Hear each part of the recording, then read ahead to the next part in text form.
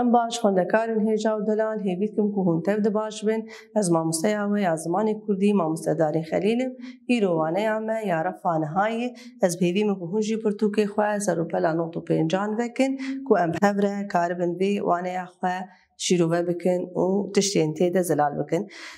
Waneya me îro doz e, bi navê doz e, doz tê wateya maf, tê wateyeka ku kesekî doza tiştekî bike yan jî li ser mafê xwe li ser tiştekî kar û xebatê bike. Xwendekarê me hêja ji xwe nivîsa di navê waneya me bi awayê guftugûyê yanî gelek kesayetê de hene got guftugû di navbera wan de çê dibe ji ber vê yekê jî dikeve warê ê şanoyê de yanî hûn jî wek xwendekar karin herêk ji wera ji kesayetekî guftugûyê di navbera xwe de çêkin weke şanoyê hûn jî lê dibistanan bilîzin. Xwendekarên me ji xwe waneya me pir dirêj e gelek guftugû heyî di navbera kesayetan de em karin wekî naveroka wêna ji werbînin ziman her wiha hûn karin pêr pêr jî wan waneya xwe gişî bixwînin û tiştên tê de jî zelal bikin ji xwe re. Doz ji xwe mirovek e ev serpêhatiya serê mirovekî hatiye ji me ratixin ber çavan ew mirovaya jî bi navê Xeyrî ye dibêje Xeyrî kesayeteke welatbarêz e xizm û cîranên wîna her wiha çi kesên ku li cihê ku lê jiyan dike pir jî hez dikin ji ber ku kesayeteke welatbarêz e kesayeteke ji bêdadiyê û bêmafiyê hez nake. Ji ber vêna jî dibe herdem ew û axayê gundê xwe rêkberî hebin yanî herdem li rêkberî wîna ya ji lijberî Xeyrî disekine ji ber ku ew ya bêmafiyê dike derheqê yan jî zordariyê û dezaladdariyê li ser kesên dîtir ê biniya xwe re dike ev ya Xeyrî herdem wêna napejirîn û herdem jî dibe destek bi kesên ê hejar re kesên feqîr re kesên ê ku nikaribin berxwe bidin ew herdem dibe destek ji wan li hemberî axayan disekine. Dibêje ku rojekê Xeyrî li vedgere ji karê xwe vedgere malê dibîne ku mala wîna şewitiye û nîvê malayê hatiye rûxandin yanî hatiye hilweşandin. Di vê dekê de ecêbmayê dibîne gelekî aciz dibe û wan hevjîna xwe dike divê çi qewimê ye ev çi çê bûye ev çi birûskê qeyl li xanê min xistî çima xanê min şewitî û hatiye hilweşandin. Hevjînayê dibêje divê bela kêfa zalim mal me bî ev daxwaza wa bû ev xwestin ku vê ecêbê bi serê me dibîne ji ber ku em li hember wan disekinin. Dibê çi kirin dibê hatin xanê me şewitan êvê de nas nekirin bî ev kesa nakî bûn ê ku hatin ev karê kirêt ev karê şerm bi serê me dikirin. Dibê ma ji hêrza me û ez biçûm bi kurê xwe ve dibê gava ku kurê wêna ji tirsa re ji tirsa agir û ji tirsa ew ecêba ku bi serê wa danîne direve dibê seyara ku ê ku hatine wê şewat û ev bûyer bi ser wa diqewimandine diket gotêke ber seyareyê de dibê ku min neçwa bi ecele bi zû bi lez ew zaroka xwe xelas nekiribaya wê wek gêzikê jî ew bi berçixandane.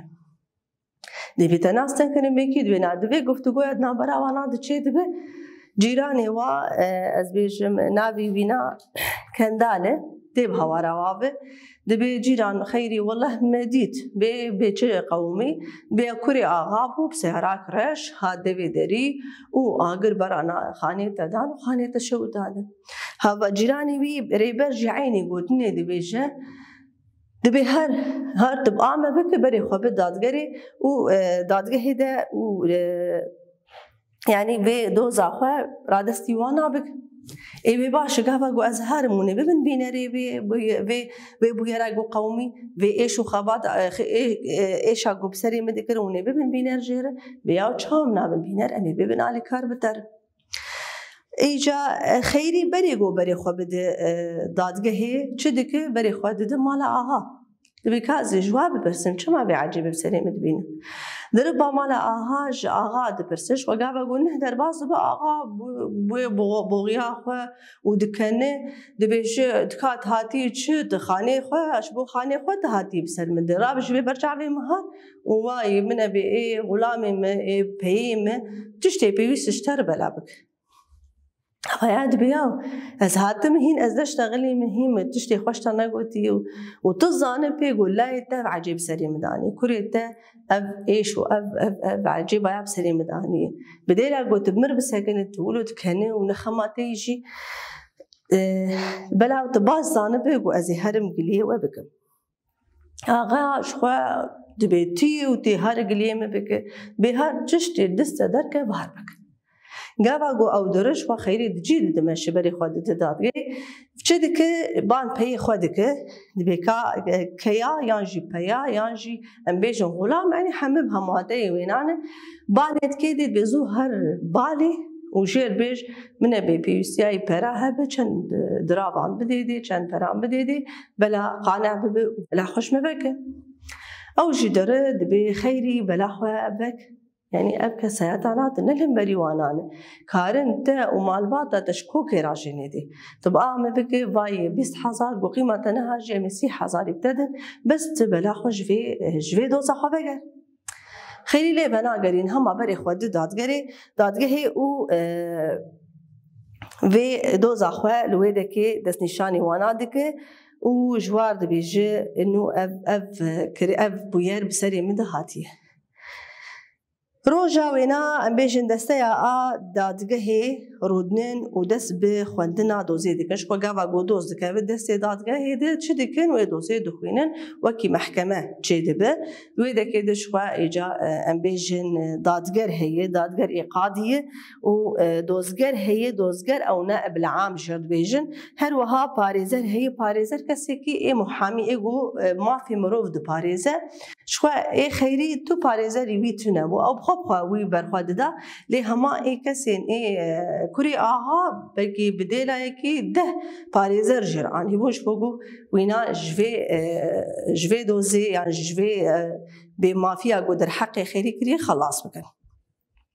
Xêrî buwa rûnê buwa diştexile dibêje kurê axa ji bo kêfxweşiya xwe ji bo gêwilên xwe û gêwîlê xwe xweş bike çi dikirî xaniyê min şewitandî xaniyê ku min bi xwêdan û bi xwînê ava kiriye bi ked û yani êşekê pir mezin heta em xaneyê xwe ava kiriye wîna ewil û hema bi hêsanî xaniyê min şewitandî. Dibe bela ji bo vê gotina min jî hûn bêhtir rast bikin di em bêjin bînerê min hene kendal û xêrî ji xwe ê em bêjin dozger yan jî em bêjin dadger ê qadî banwa dike lê bela bên û ew jî tiştê ku dîtin nibêjin. Lê kendal û rêber her du jî gava radibin her du jî dibêjin wala gava got ev bûyer qewmî ême em di malê xwe de bûn gava got piştî me dî bêhna dixanê derket û agir derket em derketin lê me hema me tiştik nedî. Tiştik negotin. Ê dadger ji war got yani hûn bêjin ne kurê axayê ê got xanê wan şewitandin bê belê ne ew. Di vê dekê de xêrî tenê dibîne. Parêzvan ji xwe ê muhamiyê ê kurê axa dibe çi? Dibe ev kesaya hatiye bi şeref û namusa malbata vî kesî bilîze. Tevlî ku ev ji bi nemaleke pir mezinin ev dixwaze ji bo piçik dirav ji bo piçik pere bistîne hatiye ev qa gotinên nerast derheqê wekilê min de dibêjin. Ji xwe xêrî dibêje got doza min pere bana ji roja ewil de min ê ew pere bigirtana ew diravana yan jî ew perana min ê bigirtana lê doza min e ev lê hema ez li ser doza xwe venagerim. Dere radestî wê doza xwe radestî desteya dadgehê derdikeve û radestî çi dike ê erkdar dike ê de desteya a giştî dike a dadgehê dere yani cihekî bilindtir û radestî wan dike. Lê mixabin piştî demekê cadê dere serdana wana dike jêr dibêjin bê wala mafê te tuneye berava jî wêna te gotinên nebaş derheqê wê kesayetî gotine bi dêla wêna gerekî tu jî yani tiştê te heyî jî em ê ji te bistînin ji bo ku em karibin mafê wî mirovî vegerînin. Ji xwe divir de xêrî nasekine her tim di kar û xebatê de yê ji bo ku li ser wê doza xwe venegere. Yani dibêje kwîdekê kurê axa li wir baya ew jê biçwaya wil û wek xeyalekî li pêşberî wî derdike. Bu wek metirsiyekê mezin ji kurê axa re. Heta giha asta çi wek belavoka çêkirin. Belavoka çêkir gotina şehîdê Nemir Egîd Mezlûm Dogan nivîsan. Gotibû çi? Kesên یان جی بێدەنگ بووە ماین لە هەمبەری تەوانێ بەژاندنا تەوانێ بخۆیە بێدەنگ ماین لە هەمبەری تەوانێ بەژاندنا تەوانێ بخۆیە یعنی گاوا گۆز ببنەرم زۆرداری هەبوو ئەس بێدەنگ ببینم لە هەمبەری وێ زۆرداریە ئەس وێ زۆرداریە بخۆت بەژرینم ئەفکردن وەک نویساندن و هەما لە هەموو دەڤەران بەلاف کرد جا دیژی تو ئەنجام نەکرد گیها ئاستا چ گۆل هەمبەری قەسرا والی ڕوونشت و ئەو بەلاڤۆک دەستی وینادە و گراڤا برچیبوونێ دەست پێ کرد دوێ دەکەیت بوو شتەغالیە هەر کەسی یعنی هەر کەس بخيري آخوي هركز سر دوزا خيري اشتغلي دبي دكده بي حتى تلفزيون وتيفي وامبيجن راديو واف انترنت قشتك لسان خيري آخوي وي خواست جو اف بيرا جو بي قومي ياجي دوزا خو بيجين رايا قشتي هني رايا قشتي اهمو مروفا جو سر باخو بشتغل دبي كده دبهيز قول شدك بسري وانا دترسه ودقرم مالي ودقر دبي كاني او كري مني بعاقل كاني او كري مني قوم سري دصت تشتيد وركر بي ولا ورا صحيح دربانيت كده وبيد خيده بزوتي هر بقه دادقه وتي راستي باخذه بما خاني ويشوت عندي وبلا بيش ما ذكر راستی جراد به و برای خود دادگاهی و ما في ولاتی يعني خيري بدقرينه وخيري دكيجة ما في خوا شو دبي كده عند دستة ده شو قابا دستة تي بزجينية دي دبي وما في دقهاشته دبي أب قوتن خيري دبي شيء دبي أب آموزجريا شهيد نمر يعني أب وصيتا شهيد نمر مظلوم دوانا لهمبري طواني بج بيدن ماين بج راندنا طواني بخوية شو أبيات بجريا هري بيروز وراسته لهمبري طوانان هلوزداين وبرخدان يعني چقاسي طوان هبه چقا زورداري هبه گركي ام البيجبري وينا قد نسكنه گركي ام هردم برخداني بكن وهولداني خو بدن دست نشان كرن شو ادوي دكي دجي باش ها زلال كرن جمره چيروكا اگو يعني سربي هاتيا کو بسري خيري هاتي وزورداري ومخابن يعني بهزار عن وكي خيري هي لي هما غابا گوبه جرايا گشتي وكسي كوج دوزا خو ونگر هلبت و دوزا خو جيبين هلبت و بيج هيجا دوزا خو تشتي گو خوستي و بيج هيجدي خودکان می هيجا و كرامانا بنگهي امکارن چدین امکارن گوتنا مظلوم دوغان شهید نمر بنویسینن لهمبری توانی بینتگ ماین بشراندنا توانی بخویه امکار بینا و کرامانا بنگهین دین لهمبری توانی بیدن ماین بشراندنا طواني بخوية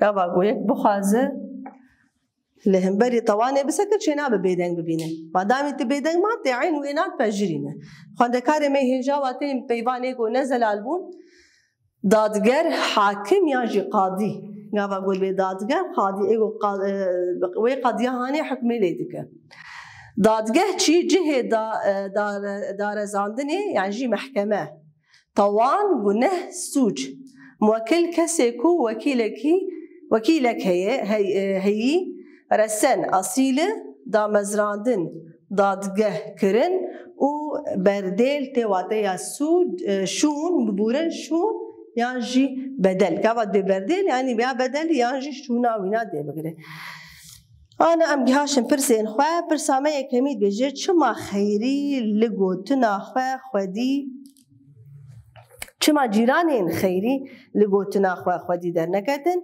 جبركو آغا و كوريوي أو ترسان دبون جبركو كوري آغا و آغا هر دواجي چبون جيراني وي ترسان دبوش بگوش قوتنين خواه بگرن جبركو آغا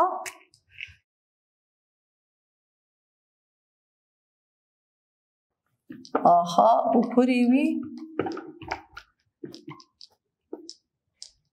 kurê wî ew tirsandibûn.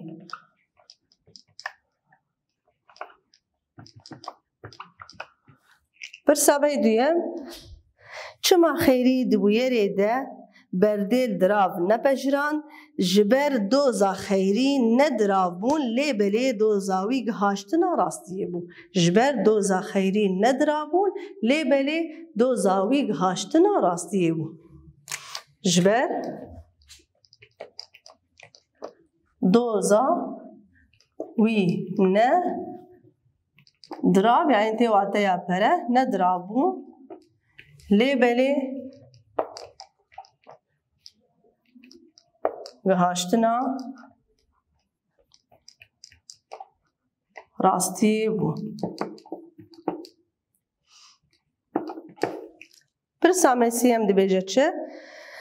Xêrî hêza berxwedanê ji kê girtiye? Hêza xwe ji şehîdê Nemir Mezlûm Dogan girtiye. Hêza xwe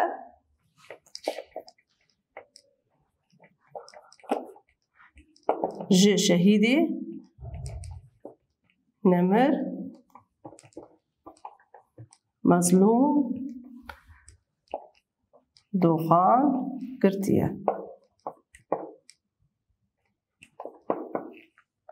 Tamam xwedekarê me hêja ji xwe wekî me got cûreya wê na bêhtirî wî wekî şanoyê. Ana şano wekî pênase em bidênê dê ji wan nivîs û berhemên ku bi mebesta li ser dikê bêlîstin hatiye amadekirin. Yani guftugoyeke li ser dikê dik heye, dikê ku cihê ku lîstikvan kesê ku temsîlê dikin lîstikvan navê wana ew li ser dikê dilîzin. Yani em bêjin birola wan kesayetan de radibin. Her wiha dibe ku kesayetekî hejar bi feqîr bi cil û berkên ê kesayetekî feqîr hejar ta dengê xwe dirûvê dengê xwe jî diguherînin. Yani lîstikvan wê kesayetê wekî heyî bi giştî racêdî. Ev tê wateya şano ji xwe sê cûreyên şano hene yan jî sê beşên wî hene. Şanoya a pêkenok a komîdî. Ew xwe herî nameyek heye diriya wê şanoyê radîhîne ji temaşevanan re lê hema pêkenok e. Yani em bînin gelek şano hene gava got mirov diçe lê dinêre mirov baş dikene mirov gelekî dikene. Yani me bes jê dilxweşkirina temaşevanan e ji wa re tê gotin pêkenok her wiha komîdî ji xwe komîdî ev navekî cîhanî ye.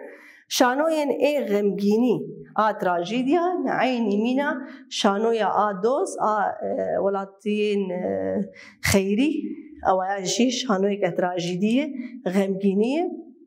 Ew çawan e gava ku temaşevan lê nêrin dilê wa wav dibînin. Yani her ti gava ku dimeşin dikin çi êş û azarê ku dikşînin eynî temaşevan jî bi wa êş û azaran re tê dikşînin eynî tedbîqê bi wan re ne. Her wiha em bêjin yani êş û xemgînî bi wan re çêdibe. Ji wan dibêjin xemgînî her wiha trajîdî. Şanoya ken û xemgînî jî bêjin drama. Drama ew jiyana normal e. Jiyana ku em hemû tê de jiyan dikin. Yani hem em dikenin hem em digirîn hem em dikin qîr hem dikin. Yani gelek tişt jiyana xwe de em dikin. Ji vê jiyana normal re ku em vê jiyanê radixin ber çavan ji bo temaşevanan jê bêjin şanoya a drama yan jî a ken hem jî xemgînî tê de heye. Xwedekarê me hêja em aneka gihaştin rêzimanê xwe.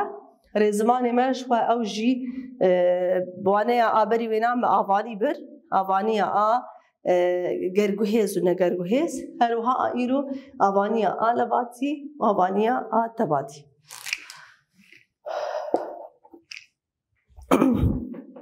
Avaniya lebatî ew avanî dema ku yekser kesê ku kar dike diyar e. Yani kesê ku kar dike yekser ji mirov re diyar e. Kesê ku kar dike yekser ji mirov re diyar e. وەک ez bêjim çi azad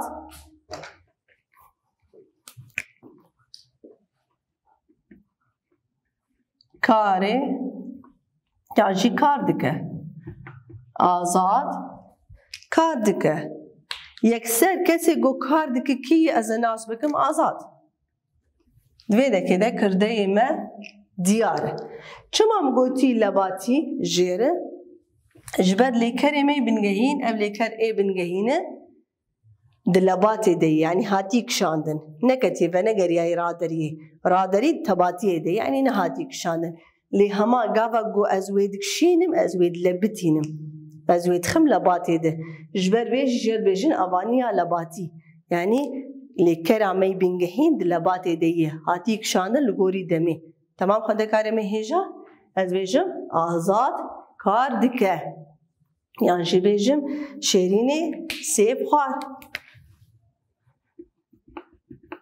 sêv xwar ew ji eynî wêna yekser kirdeyê me diyar e kesê ku bi kar rabûye yekser diyar e ji xwe lêkera me bingehîn jî lebitiye hatî kişandin li gorî dema temam xwendekarê me ev ji wêna re bêjin avaniya a lebatî avaniya lebatî yekser kirdeyê me diyar e yan jî kesê ku bi kar rabûyî yekser xuyayî ye her wiha lêkera min ê bingehîn di çi de yê di tebatiyê di lebatê de yani ketî lebitî ketî kar de avaniya tebatî ew yani kesê ku kar radibe kesê ku bi kar radibe ne diyar e kesê ku kar kiriye ne diyar e kesê ku kar kiriye ne diyar e bi alîkariya çi ev avanî tê destxistin bi alîkariya lêkera alîkar hatin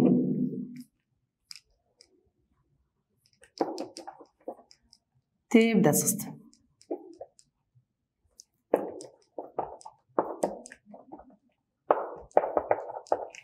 bi alîkariya lêkera alîkar hatin tê destxistin ev dem yan jî ev avanî bibûre bi alîkariya çi bi alîkariya lêkera hatin aneka em lê hevokê xwe de baş zelal bikin ez deynê wek mînak kevir hat avêtin kevir hat avêtin baş e kê kevir avêtiye ne diyar e vê dekê me çawa kiriye me kirdeyê xwe rahiştê bireserê xwe me xist pêşîdê lêkera min ê alîkar hatin wekî demê me kişandiye wekî dema lêkera bingehîn me kişandiye lêkera xwe bingehîn ez vedgerînim raderî wek mînak aneka ez bêtir zelal bikim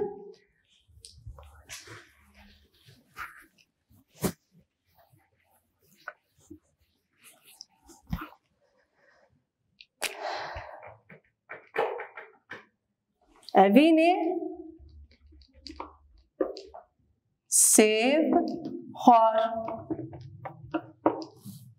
xwendekarê me hêja wek pirs ev hevoka me tebatî yan lebatî ye ez lê dinerim ku kirdeyê me yekser xuyayî ye ev tê wateya çi ku lebatî ye her wiha lêkerê min ê bingehîn ketî hatî kişandin ez ê çawa aneka vê hevoka xwe ji tebatî bixim bibûre ji lebatî têxim tebatî dizê çawa bikim ka kirdeyê me evînê ye ez wê racêmê ez çi dikim ana bireserê xwe di cih de ez ê têxim pêşî de sêv me got bi alîkariya lêkera alîkar hatin tê destxistin ez ê hatin çi bikim jê lêkera min ê alîkar li gorî kişandina lêkera xwe bingehîn ez ê bikişînim lêkera min ê bingehîn دچکیشا دمێدەیە دەمابوریya têdeyî. Tamam ez ê çawa bikim lêkera minî hatin jî zêlgorî demaboriya têdeyî bikişînim. Ez ê dênim hat. Hat ez ê ca çi bikim ji lêkera xwe bingehîn? Ez ê wê vegerînim raderiyê. Vegerînim jêder. Hat xwarin. Tamam? Hat xwarin. Divê dekê de mi kirdeyê xwe rahiştê mi bireserê xwe qizdewsayê nade anî pêşî adîtir lêkera minî alîkar li gorî lêkera bingehîn hatibû kişanin wê dikişînim lêkera xwe bingehîn ez vedigerîne raderiyê. Tamam? Aneke ek dîtir ez ê pirtûkê bixwînim. Xwendekarê me hêja. Ev hevoka min di kîşa avaniyê de avaniya lebatî yan tebatî ye? Yekser ez li kirde dinarim. Kirdeyê mi diyar yan na? Diyar e. Ji ber ez kirdeyê. Ev tê wateya çi? Di hevoka me lebatî ye. Her wiha lêkerê min li gorî demê hatî kişandin lêkerê minî bingehîn. Ez ê çawa bikim vê lêkera xwe vê hevoka xwe ji avaniya lebatî bixim avaniya tebatî. Me got ez kirdeyê racêmê pirtûkê ez ê bînim pêşî. Pirtûk hevoka min kîşa demê de ye? Di dema bê de ye. Ev tê wateya çi? Lêkera xwe alîkar li gorî dema bê ez ê bikişînim. Dê ji xwe emrazı me got gava pirtûka bi navara bi dê tê bikaranî gava got bi cînav kare bi wê ê bê bikaranî. Pirtûk dê ana lêkera hatin wê çawa bê? Bê. Ev lêkera alîkar li gorî dema bê mikişan lêkera minî bingehîn ez ê çawa bikim jî? Ez ê wê vegerînim raderiyê. Pirtûk dê bê xwendin. Nas kir me çawa çêkir. Me bireserê xwe xist pêşî de her wiha lêkera minî alîkar hatin li gorî dema lêkera bingehîn mikişan lêkera xwe bingehîn vegeran çi? Vegeran raderiyê. Vê dekê wektî bînî heye gotî lêkerên negerguhêz di avaniya lebatî de tebatî de nayê bikaranîn. Çima nayê bikaranîn? Ana me mînakê zelal bikin. Azad çû ka ez bikim tebatî bêzirin nabe tebatî. Çima nabe tebatî? Ji ber bireserê tuneyê. Wana diwaneya me berî me got çi? Me got lêkerên negerguhêz ne bi hewceyî bireserin. Tu pêwîstiya bireser tuneyê. Bazê çawa li kirdeyê racê me zê bireser tê xin pêşî de çê nabe. Ji ber vê na jî lêkerên ê negerguhêz di avaniya tebatî de nayê bikaranîn. Tamam xwendekarê me hêja? Hêviya me ew e xwendekarî û hûn jî li malê baş mînakan li ser avaniya tebatî û avaniya lebatî çêkin. Yani hevokên xwe di avaniya lebatî de di dema niha, di dema bê, di dema boriya têdeyî a berdestê di hemû deman de çêkin û têxin avaniya tebatî de ji bo ku hûn baş bigihên encamekê baş û baş jî tê bigihên. Xwendekarê me hêja vê dekê ji xwe em tên dawiya waneya xwe hêviya me ew e ku waneyek bi sûd gihaştibûye serkeftinê ji hemiyê re dixwazim.